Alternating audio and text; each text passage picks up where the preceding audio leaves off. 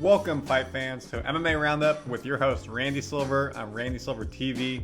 We're reviewing UFC 294 fight breakdown and analysis. We have bangers up and down the card. One more time. Bangers!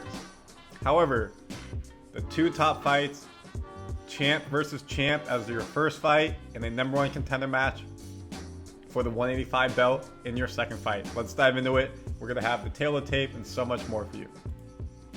This wasn't supposed to be the card. You can see on the left, we have the X over Islam and Charles, and Costa versus Chimaev. Charles is gone. Costa's gone. And now, honestly, the card's better in my opinion. Now you have Makhachev versus Volkanovski 2, lightweight title. And then you have Usman versus Chimaev for the middleweight 185 number one contender. Winner faces Strickland. I showed in another video this whole breakdown. If you missed that, go watch it. It's in the link. But also, let's just talk about really quickly what happened. So this is Costa. He had a staph infection on his elbow. He's had to get multiple surgeries because of it, and that's why he had to pull out. Look at that. That's, I mean, wish him the best. It's a very serious injury, staph infection. A lot of wrestlers get it. He's had 3 or 4 surgeries on it, and you can see right there, he's got the wrap on his elbow. He cannot fight because of it.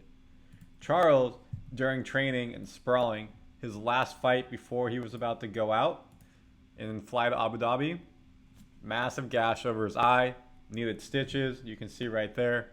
He cannot fight anymore because of it. Charles is out. Costa's out. Charles, does that make him number one contender? Should it be Bilal Muhammad? If whoever wins the Volk versus Islam fight, we'll have to find out. Of course, you got Gaethje right there, the BMF title. So there's so much into it that we need to figure out.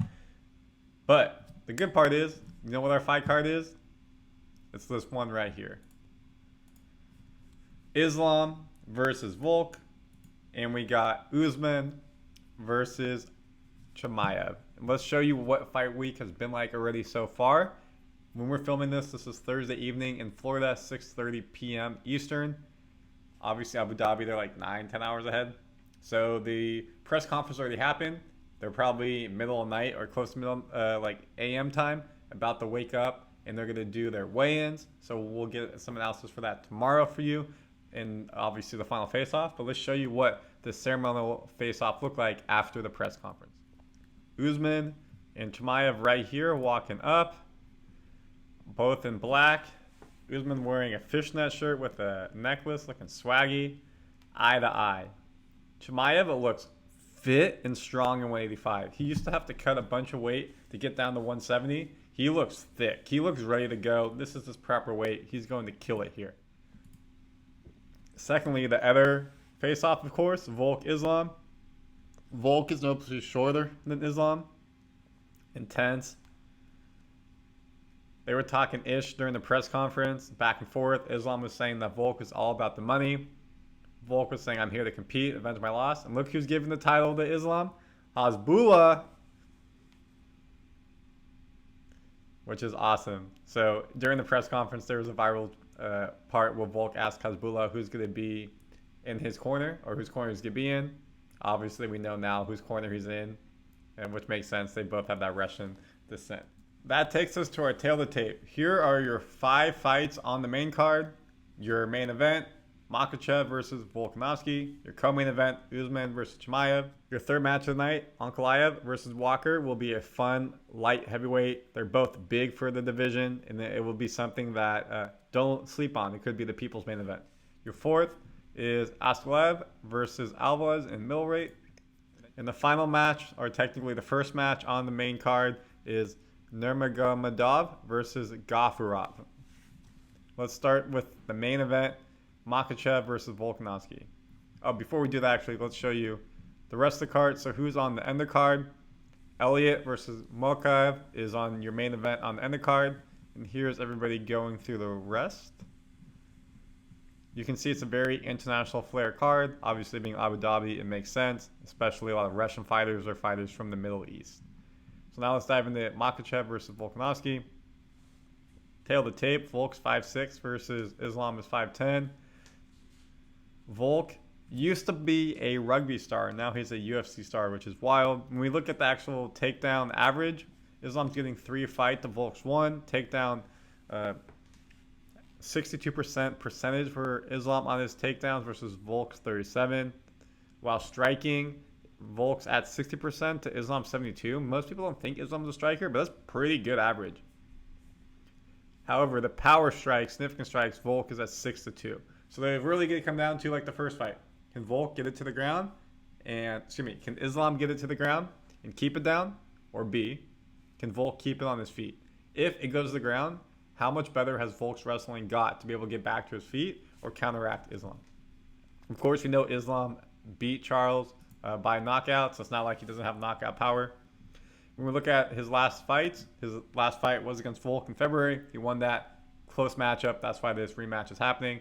He got the belt off of Charles, and that was a sick punch, put him down, and then subbed him out. But really, that punch was really kind of what put him down, and he dropped it multiple times in that fight.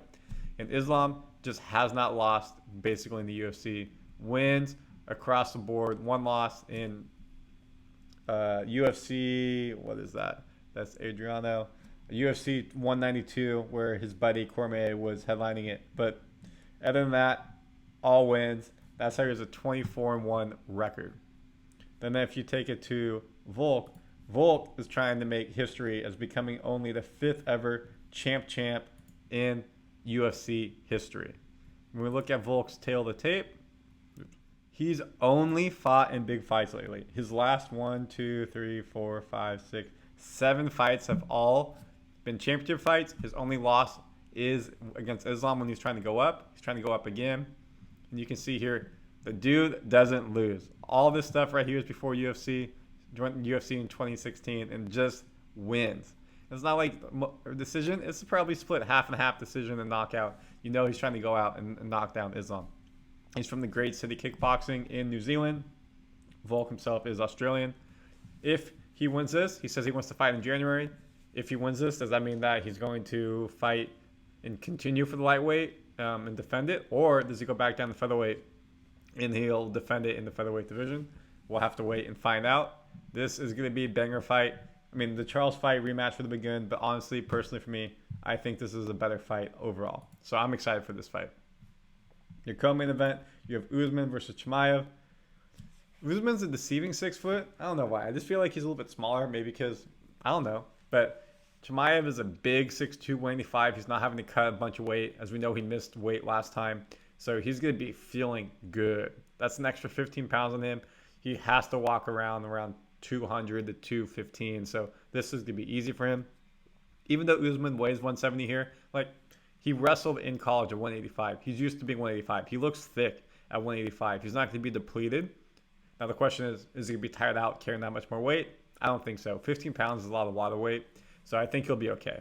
Izzy, of course, was a 185 champion. They both have African heritage. He did not want to move up and try to fight Izzy. They are friends. You know, they have that respect. They have that brotherhood. Now that Izzy is not the middleweight champion, move up and see if he can beat Sean Strickland again for a second time.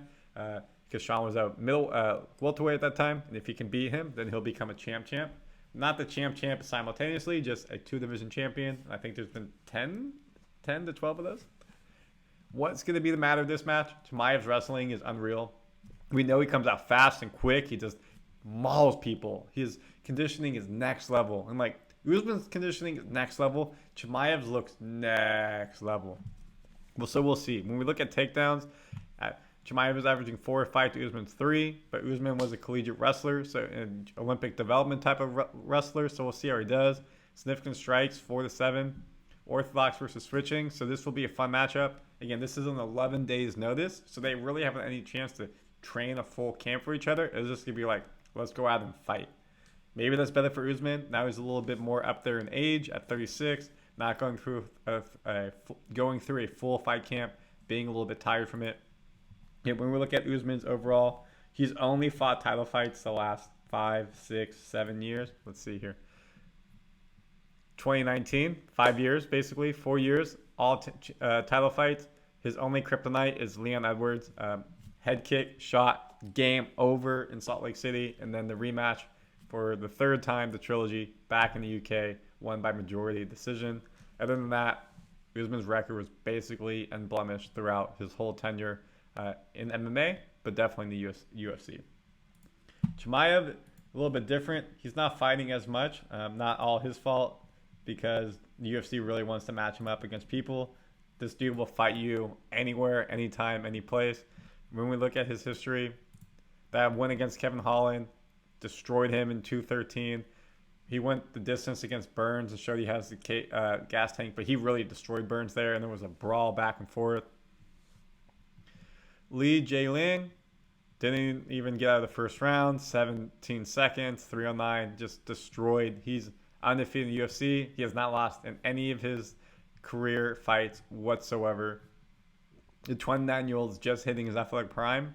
He will be, I mean, he is a star, but he could be a superstar if he can get past Usman and win the title off of Sean Strickland as a global superstar with the Muslim heritage. This will be a fun fight, co-main event. Do not miss it, of course. Your third match, Ankalaev versus Walker. 6'6 versus 6'3. There's going to be some height in that ring. Light heavyweight right here.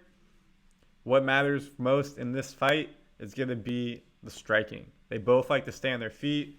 Walker's kind of had a career resurgence. He had a whole new camp. He looks good. He looks extremely fit. How is he going to come out here? Ankalaev, his last fight was a draw against Blachowicz. This was basically a number one contender fight for a championship. It wasn't. It was a vacated championship. They were both number one contenders. Go for championship. I was actually at this fight, so I should know this. Sorry. This fight was in Vegas. And it went to a draw. Honestly, it was a little bit like that. And he hasn't fought since, so this puts him almost 10 months since he last fought in the UFC. Look at that win streak, though, up to that point was just dominating. So the question is, how will he bounce back against someone who's very dangerous? Like, he's on a 3-fight win streak. Anthony Smith, Paul Craig, Kadabula in the past, let's just call it a little year and change. However, before that, he lost 2, won, lost 2, and had a massive win streak going into the UFC. So something, he got himself back on track 3 in a row. If he can get this 4th one, he looks like to be a number one contender or one more fight away from number one contender match. Your 4th match, second match on the main card, Askarov versus Alves, 5'11", 6 foot in the middleweight division. When it comes down to it, you can see significant strikes. He gets 60% to 52%, 6-3 a fight. Takedown average, 3. So Askarov looks like the more well-rounded fighter. Look at his win-loss is 14-1 coming out of Russia. He's literally fought twice in the UFC. Phil Hawes is a dog's KO, TKO, Suwosa, submission, decision. And we look at his whole fight career. His one loss was TKO and Brave, but he's experienced. He's been around the block. First fight was 2012, and then took some time and came back and is a dog, only 30 years old still, versus Alves, who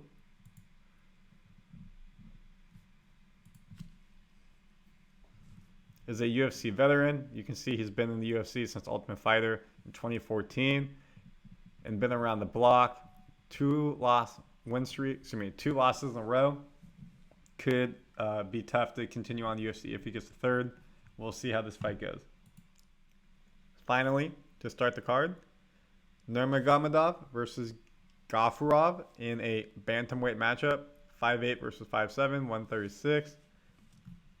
You can see his significant strikes are very similar. We look at the takedown average, not crazy high. So this is probably going to be standing up. We look at Saeed. He lost his last fight to Martinez in UFC Fight Night, and that was back in March. So it's been about 7 months since he fought. Since then, he's been in UFC since 2018. Was on a couple win streak. He was moving up the bantamweight division. We'll see if he can get back on track here. For Gafurov, what matters most, he's just in his 2nd fight in the UFC. He lost to Castaneda at UFC Fight Night Kara by decision. 2nd fight here. He had just become the champion at LFA. They brought him up into the big time. So we'll see how he can do here and move forward. Of course, he wants to get his first one in the UFC. Will be massive. for him. That is your UFC 294 fight breakdown analysis, focusing mainly on the main card. Of course, come back here for all your fighting news this weekend. We'll have a full recap after the fights, and we'll keep you updated with anything that goes down with the weigh-ins and the ceremonial face-off that happens after the weigh-ins. Let's go! UFC fight is here. MMA Roundup. Your boy Randy Silver. Thank you for watching. We also have European Football Roundup, American Football Roundup, Hoops Roundup, and so much more. So take a look at the other videos. Thank you. We'll see you all during fight week. Let's get it. Woo!